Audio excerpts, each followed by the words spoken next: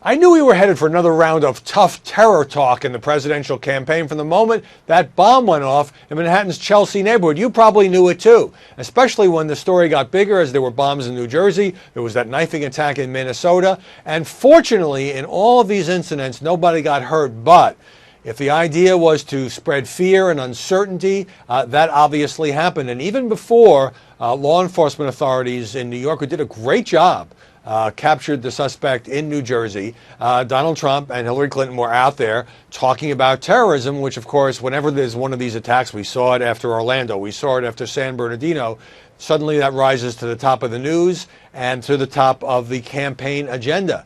But, you know, the press has been very vigilant, shall we say, in trying to call out Donald Trump whenever he uses overly harsh language. So, for example, when he said repeatedly that Hillary Clinton and Barack Obama each were a founder of ISIS. Well, obviously that's literally not true, and Trump was using shorthand to say that their policies contributed to the rise of ISIS, but the press kind of called foul, and his language was technically inaccurate, so that's fine. But Hillary Clinton, in this latest round, said that Donald Trump, in the language that he uses, is giving aid and comfort to our adversaries, aid and comfort to ISIS. Now, that's a really loaded phrase. I looked it up in the Constitution. There it is as part of the definition of treason. The Trump campaign fired back and said Clinton is accusing him of treason. She didn't use that word. That was the clear implication. I didn't see any stories that said, gee, maybe Hillary Clinton went too far in saying aid and comfort. I saw it reported in a bunch of places just in a perfectly factual, straightforward manner. But it seems that the sensitivity that many in the press have to Trump's language didn't apply in this case to what Hillary Clinton said. Now, Trump, of course, uses this to say that Hillary Clinton, for all of her experience at the State Department and in government, that her approach and Obama's approach isn't working. He calls for more extreme vetting. He calls for, a tougher approach to taking on the terrorists.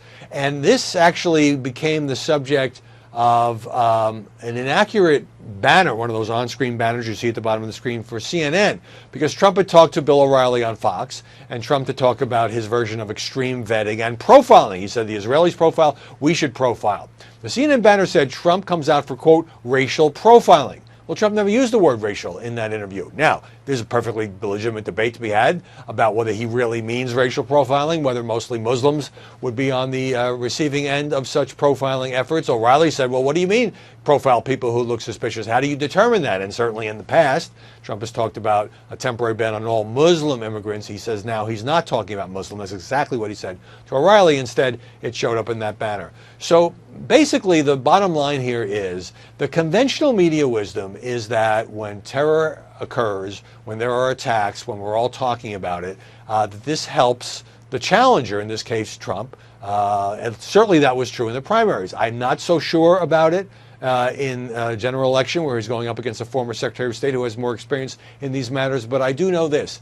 If you look at the political landscape and how it changes when these things happen, if there is a sense in the country of fear and uncertainty, and if there's a sense that the current policies aren't working, even a sense of chaos out there, that has to help the challenger. Maybe it helps a little bit, maybe it doesn't help that much. There's a lot of things that go into this election, but I am sure that these attacks will be among the questions that NBC's Lester Holt will have in next week's first presidential debate.